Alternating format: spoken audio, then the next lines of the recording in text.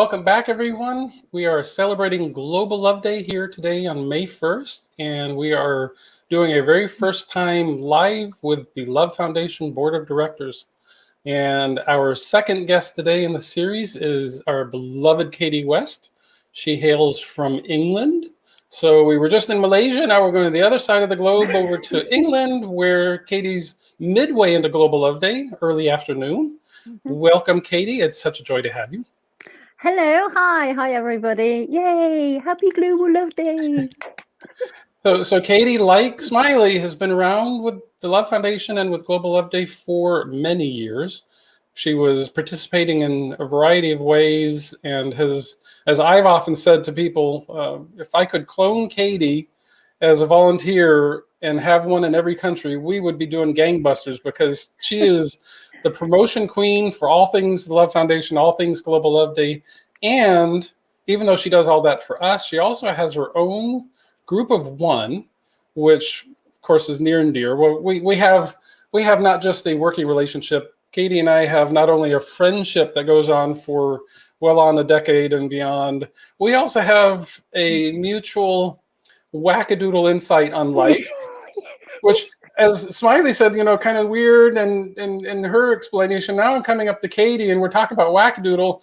I think people are going to get a bit of a picture of what the Love Foundation is really all about and how unconditional love plays into this kind of wacky, crazy view on life. But Katy, share with us a little bit about Group of One to start with, just how that came into being, because we go back to Ning sites with Group of One and the Love Foundation.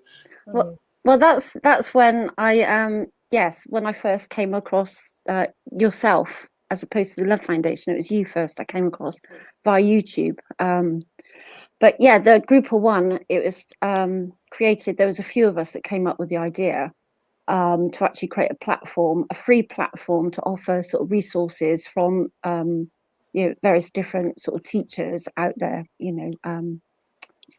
sharing the messages. And yeah, we just wanted a platform where it was like free, so people would just come and they could join, and you could connect with each other, and help each other, assist each other in understanding, remembering who we truly are, and understanding about oneness and unconditional love and everything that goes with that. How to be a group of one. And how to be one in a group, and all of it being one and the same, which of course lines up perfectly with unconditional love. And that's something that I know you and I've had a chance to chat over the years, and so I have a little bit more of an insight. But unconditional love kind of emerged into your reality through a variety of experiences, but clearly fairly early on you kind of grasped unconditional love as your own life essence, understanding, and mantra. Can you share a little bit with everyone today what unconditional love means to you? Yes. Well, I mean, I was born into unconditional love. So my parents, been married 59 years, they lived unconditional love with me and my sister, where it was very much, they gave us the freedom. It's like, as long as you're happy, we're happy. So they gave us the freedom to go and find out what we wanted to be, do, have in life. And they sort of supported everything that we wanted to do, even when it totally went against what they would do. Like shave my head and have pink hair, whatever. It's not their choices, but they allowed us to go and find out for ourselves while still being there. So from day one, so I didn't know life out of that. So when I then started, I suppose, going to school and interacting with, my friends, and it sort of didn't make sense, where I thought everybody's family lived like that because it's what I knew. And so that's when it didn't make sense. I didn't understand what was going on. And then sort of later on in life, I realized, actually, hold on. This is what's happening. So it's sort of integrated. The more I understood, how can I put it, not living with unconditional love, the more I understood the power of unconditional love. I suppose that's the best way to say it, yeah. And you've been living it very conscientiously and consciously for quite a while. So, as we often say, and we share pretty much in all these videos, for us with the Love Foundation, Global Love Day is every day. And Yeah. for Global Love Day, for us, we're sharing it, as a universal beginning point for others. You have been living with unconditional love, and you get to see in day in and day out experiences what happens when you go conditional and how quick it is that uncomfortable that becomes and why you want to go unconditional. Can you share a little bit about that experience over time? You're getting better Yeah. at it, right? Yeah, I think so. Practice makes perfect. Yeah, I suppose I consciously became not aware. I started to live unconditional love, I'd say back in 2006. That was like the time I can go back to. And it was when I stepped into living it fully, that's when my whole life changed, because all of a sudden I was no longer Katy the people pleaser Uh-huh. or any of that went with it. I was, for me, okay, the unconditional love is about, for me, doing what feels right for me in every given moment and loving myself, because to me that's my greatest act of love, is freeing myself of sort of past and being really fully in the present moment, just loving each moment for what it is. But and by also when I'm loving myself and doing what feels right for me, I know that I'm actually, what I do for me, I do for everyone, because it's all connected. Now, the person who may be on the receiving end of me doing what feels right for me, regardless of what they're doing, may in that moment of now be really angry with me or whatever, but on reflection, that I know they will look back and think, I see why that happened, because if that hadn't happened, this beautiful thing wouldn't have happened. So it's freedom. To me, as unconditional love is freedom. And something that you then bestow automatically to those around you, because you're also, as you understand this for yourself, you turn around and you're giving everybody else freedom to be angry. You're giving freedom to be loving. You're giving freedom to be. So it's as we've been sharing, this is an inside out thing, but what you do for yourself, it does change how you interact with everyone around you. And we haven't all been necessarily living in these lives with this. So as kind of leading edge pioneers of what is it like to pragmatically live with unconditional love, it has its quirks and quivers and moments of practice, because people aren't accustomed to a natural unconditional approach to life and being self-aware and self-understanding, and not doing things for others just because they're wanting us to behave a certain way. What they don't realize is we are actually extending back to others. We're not expecting others to behave a certain way to make us happy. So it really is a beautiful circle. Yes, it is. And another thing about unconditional love is, because I don't read books, I don't, or anything like that. For me, ever this understanding of unconditional love, my own personal journey, is through the experience of unconditional love, through life experience, as opposed to being taught what it is and then putting those ideas into practice, type of thing, like you would with a book. So now that begs the question, it means you haven't read my books. Huh, okay, good to know. You just outed yourself. Thank you very much. Actually, anyway, moving swiftly on. Let us move swiftly on as we. That's cute. Because this is, we do actually share that understanding, because, books, words, comments, workshops, all these things are great and wonderful, but the reality is we have to figure it in each step of life. And so we can't hide behind a book. We can't hide behind a teaching. This is really us. Those are just guiding points. We have to integrate. It's like the cliche of, you get your old fortune cookie. These things that have been around for timeless eons, these understandings, brilliant understandings, quotes, whatever, they're just guides. But until you experience it in life, there's no way to really integrate it. Yeah, that's right. And I just want to say, of course, okay, I don't read books or, any of that sort of thing. But all paths lead home. Yes. So, for some people, they do have to read about it. If you know it, again, if it's feeling right for someone to read a gazillion books on unconditional love, then it's the right choice. But for me personally, so it's about, you know, well, as you well know, there's no wrong choices. Right. Everybody's When you honor yourself, you honor everyone else, and that's exactly. one of the key messages that we all live by ourselves. Yeah. So Definitely. moving out of that reality of books, now that we know, you've obviously played with and participated with Global Love Day for a very long time. You know, you were doing Global Love Day activities. You've been volunteering and sharing ever since we've met. I mean, just brilliantly and wonderfully sharing the ideas of Global Love Day, and more particularly the Love Foundation, all year long. But Yeah. Global Love Day has always been near and dear to your heart too. What could you kind of identify a particular aspect or perspective of Global Love Day that makes you get excited about it? Not just the overall theme, but is there Oh something? yes. Yes. Go. um, what I absolutely love about it, because I know that unconditional love energy is that pure form of is. I mean, the atom bomb was made of 0 point energy, wasn't it? And that's what the unconditional love energy is. And when you have everybody all over the planet all just tuning in to that beautiful vibration all at the same time, a massive shift happens. And so for me, Global Love Day, again, what I also love about it is because the Love Foundation don't actually, okay, we're doing this, like live videos, as you said, for the first time, but we don't actually put events on and tell people that they have to do this, that.